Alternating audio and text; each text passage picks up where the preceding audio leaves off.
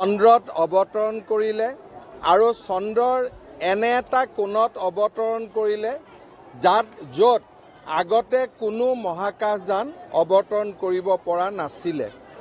আজি আমি সকলোৱে ভাৰতৰ মহাকাশ বিজ্ঞানৰ এই বিৰল মুহূৰ্তত আমি মহাকাশ বিজ্ঞানী ইছৰোৰ বিজ্ঞানীসকলক অভিনন্দন জনাইছোঁ আৰু কৃতজ্ঞ ভাৰতবাসীৰ হৈ তেওঁলোকক শলাগ লৈছোঁ।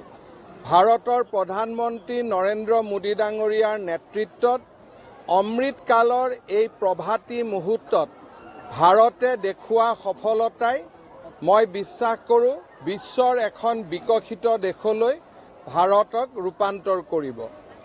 আজি আমাৰ ৰাজ্য চৰকাৰে ৩১,৫০০খন বিদ্যালয়ত চন্দ্ৰয়ানৰ যিটো লেণ্ডিং তাক দেখুৱাবৰ কাৰণে ব্যৱস্থা কৰিছিলে। প্ৰায় ১৪ লাখতকৈও অধিক ছাত্ৰ ছাত্ৰীয়ে আজিৰ এই ছফ্ট লেণ্ডিং পৰ্যবেক্ষণ কৰিছে বুলি মোক শিক্ষা বিভাগে জনাইছে।